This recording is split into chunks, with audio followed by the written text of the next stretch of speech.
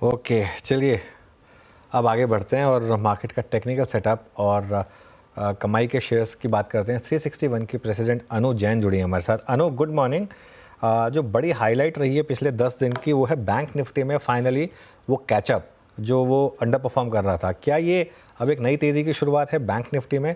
दोनों इंडिसेस पर आपका व्यू क्या होगा, निफ्टी और बैंक निफ्टी? गुड मॉर्निंग अनुज। जहां तक कि हम निफ्टी की देख रहे हैं, जो हमने एक रेट कट के बाद यहाँ पे देखा है, ये जोन मेरे ख्याल से डाइसी जोन है। ये जैसे कि आप भी बोल रहे थे, मेल्ट अप जोन है। ये टिकेगा अगर 26,200 के पास हम जाके संभाल पाते हैं। अगर हम 25,800 26,200 के बीच में रहते हैं, कंसोलिडेट करते हैं, तो आई वुड थिंक कि ये एक ट्रेंड है जो चलेगी। और फिर शायद आप, जैसे कि मैं आपको सुन रही हूँ, आप 27,200 27,300 की बात कर रहे हैं, वो नेक्स्ट टारगेट बन जाएगा। बट मेरे ख्याल से यहाँ से लेके एक्सपायरी तक ये जो 3-4 दिन है, और I would extend it to probably एक हफ्ता, क्योंकि एक्सपायरी के बाद 1-2 दिन किस तरीके से रुझान रहता है वो देखने लायक होगा। तो ये 4-5 दिन आपको काफी उथल पुथल दिखेगी। अ, उसमें आपके जो सेक्टर्स, जैसे आप खुद बोल रहे हैं, बैंकिंग बहुत अच्छा लग रहा है। एंड बैंकिंग में जो इन्वेस्टर्स हैं, जिन्होंने पेशेंस रखा है, उनको अब ये पे ऑफ टाइम है, तो उनके लिए डरने की जरूरत नहीं है। But at the same time जो मिड कैप स्मॉल कैप्स हैं वहां पे भी, या जो एमएफआई लेंडिंग है, वहां पे आज सुबह जैसे कि हमने सुना कि स्ट्रेस चल रहा है, वो सिर्फ एक 8 स्टेट्स में नहीं है, वो अब सब जगह फैल रहा है। तो वो स्मॉलर कैप में वहां पे भी स्ट्रेस आने की गुंजाइश है। तो क्वालिटी इज द ट्रेड, तो वो क्वालिटी का ट्रेड अब आप हर जगह देख रहे हैं। लार्ज कैप्स में मिड कैप से एक शिफ्ट हो रहा है, तो वो एक मेजर ट्रेंड है। बैंकिंग पॉजिटिव है, बैंकिंग अच्छा लग रहा है। उसके अलावा जो हमको सेक्टर्स अच्छे लग रहे हैं, एक तो पावर बहुत अच्छा लग रहा है। एंड जैसे कि मैंने पहले भी सुना है आपके यहाँ, और अगर आप वर्ल्ड मार्केट्स में देखें तो सब एआई स्टॉक्स चेस कर रहे हैं। अगर आप इंडस के ऊपर भी देखें, इंडस टावर्स के ऊपर, तो लोग कह रहे हैं कि अगर इसका टारगेट प्राइस सब लगभग 460 से 500 ला रहे हैं, बट अगर इसमें डेटा सेंटर आया तो ये लगभग 150 रुपए इसका टारगेट प्राइस सब बढ़ा देंगे। और उसको, डेटा सेंटर्स को, सबको पावर की जरूरत पड़ेगी, और जिस तरीके से अब डेटा सेंटर्स सब जगह एक रिक्वायरमेंट हो गए एआई के लिए, आपको जिस तरीके से डेटा सेंटर्स अगले 2 साल में बढ़ेंगे, आपकी पावर नीड्स बहुत ज्यादा बढ़ेंगी। And we are already a power deficient country. तो उस हिसाब से, चाहे वो एनटीपीसी है, टाटा पावर है, I think no particular name, but वो पूरा सेक्टर बहुत अच्छा लग रहा है। तो अगर मार्केट करेक्शन भी देता है तो इसमें आपको रेजिलियंस दिखेगी। इंफ्रा डेफिनेटली बहुत रेजिलियंट रहेगा। मल्टीपल्स बहुत हाई हैं, बट जिस तरीके से आप आज भी अगर न्यूज़पेपर्स पढ़ेंगे, और बोला गया है कि बॉम्बे में एक नया round of infrastructure for ring roads आ रहा है। अ, ये 3 से 4 साल का एक स्ट्रेटेजिक मूव है। और कंट्री के ऊपर इतना ज्यादा स्पेंड आना है, irrespective of the political issues, तो ये डेफिनेटली रहेगा। जहां स्ट्रेस आ रहा है, और जो मैं कल जब चार्ट्स देख रही थी आज के लिए, मुझे आईटी में एक घबराहट दिख रही है एक लेवल के ऊपर, एक पीएसयूज में घबराहट दिख रही है, जिस तरीके से आरईसी पीएफसी गिरे हैं। चलो हम सोच सकते हैं कि हैल बेल इनके मल्टीपल्स बहुत बड़े थे, but even the way ONGC BPCL REC PFC सब गिरे हैं। तो अगर आपके इलेक्शन, स्टेट इलेक्शंस नवंबर में हैं, और उसके आउटकम के ऊपर अगर यहाँ पे एक और बड़ा फॉल आ सकता है, 15-20% आ चुका है बहुत से स्टॉक्स में, तो वो एक जगह, एक पॉकेट है जहां आपको और एक स्ट्रेस मिल सकता है।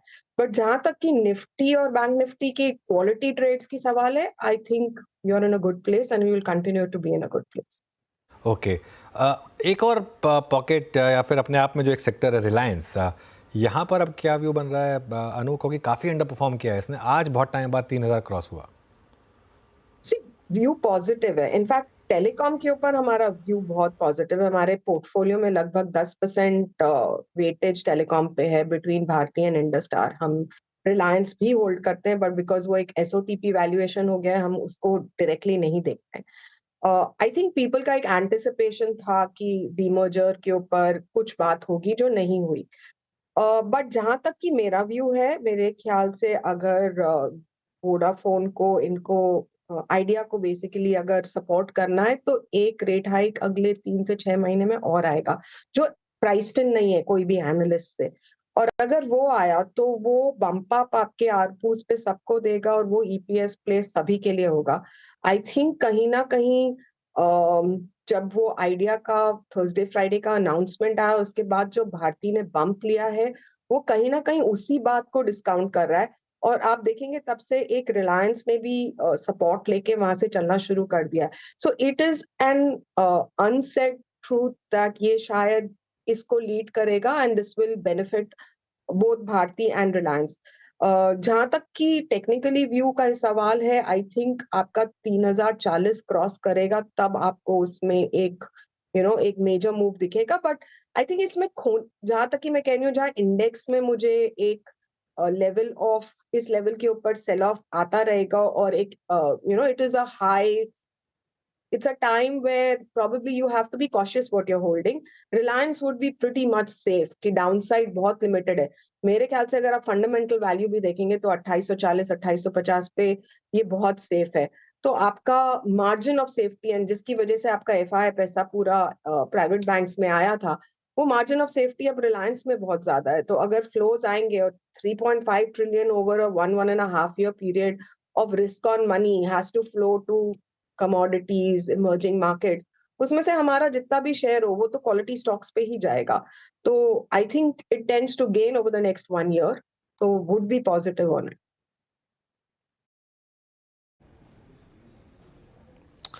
ओके अनु जी नमस्कार, वीरेंद्र बोल रहा हूँ दिल्ली स्टूडियो से।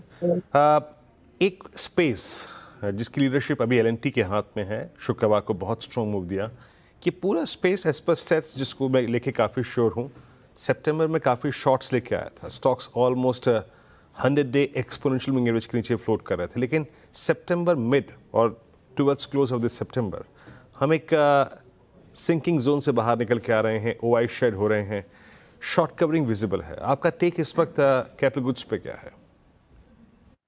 सी मल्टीपल्स बहुत एक्सपेंसिव हैं, टेक्निकल चार्ट्स कंसोलिडेट कर रहे हैं। हम पहला मूव आपका कमिंस में देख रहे हैं कि इट्स लुकिंग गुड।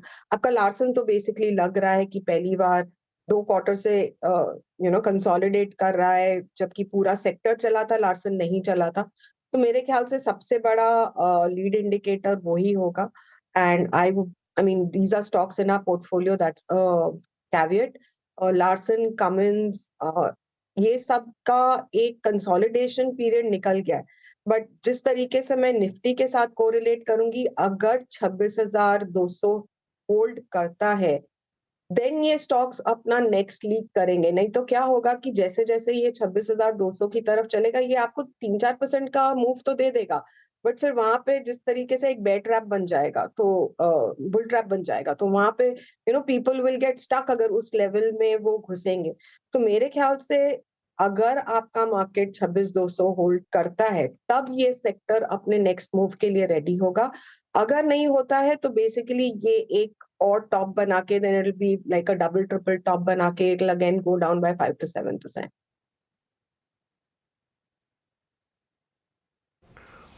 ओके, क्या कैपिटल गुड्स पे अनु जी का टेक है? अच्छा अनु जी, ये पूरा सितंबर बजाज हाउसिंग के लिस्टिंग से पहले एनबीएफसीज पे हमने स्ट्रॉन्ग मूव देखा है। एनबीएफसीज हो गया, एचएफसीज में काफ़ी स्ट्रॉन्ग मूव आया, गोल्ड फाइनेंस कंपनियों में काफ़ी मूव आया।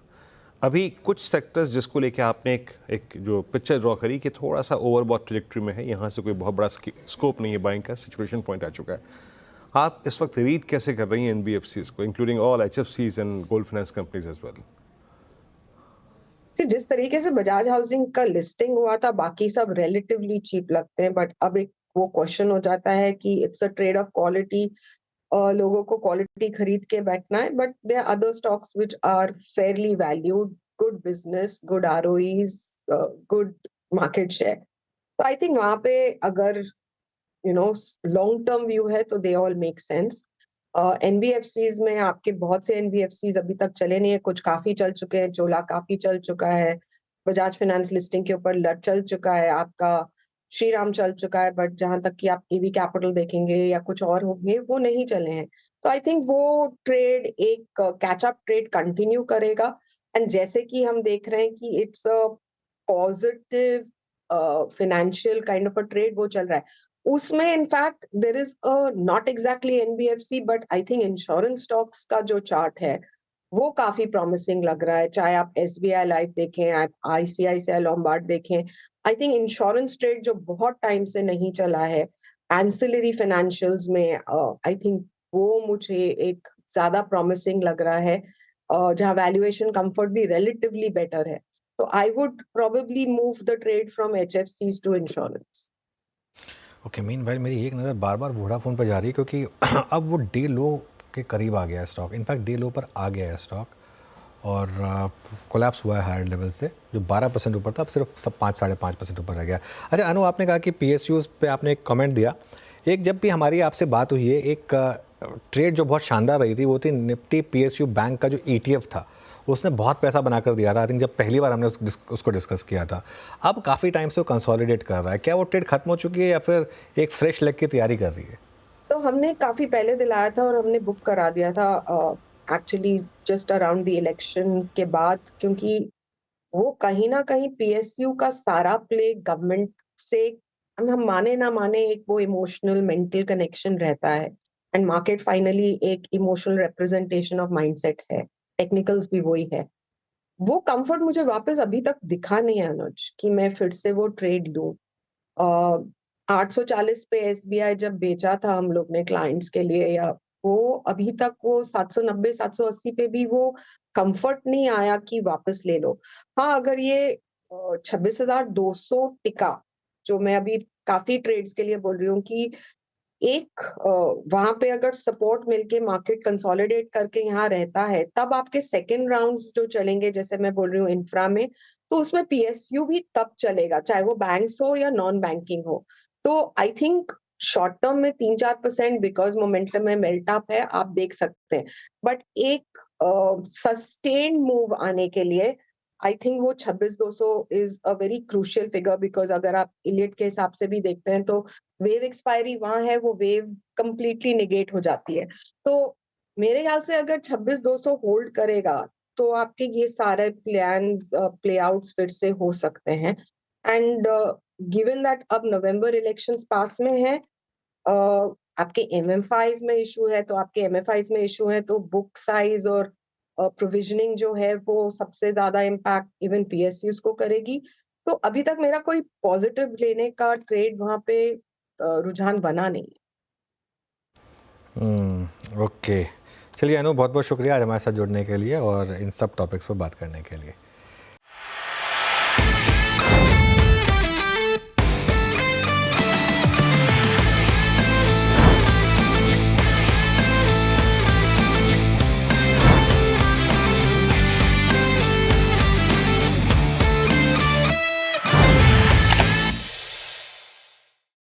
बता दें कि मनी कंट्रोल पर दिए गए विचार एक्सपर्ट्स के अपने निजी विचार होते हैं। वेबसाइट या मैनेजमेंट इसके लिए उत्तरदायी नहीं है। यूजर्स को मनी कंट्रोल की सलाह है कि कोई भी निवेश निर्णय लेने से पहले सर्टिफाइड एक्सपर्ट की सलाह लें।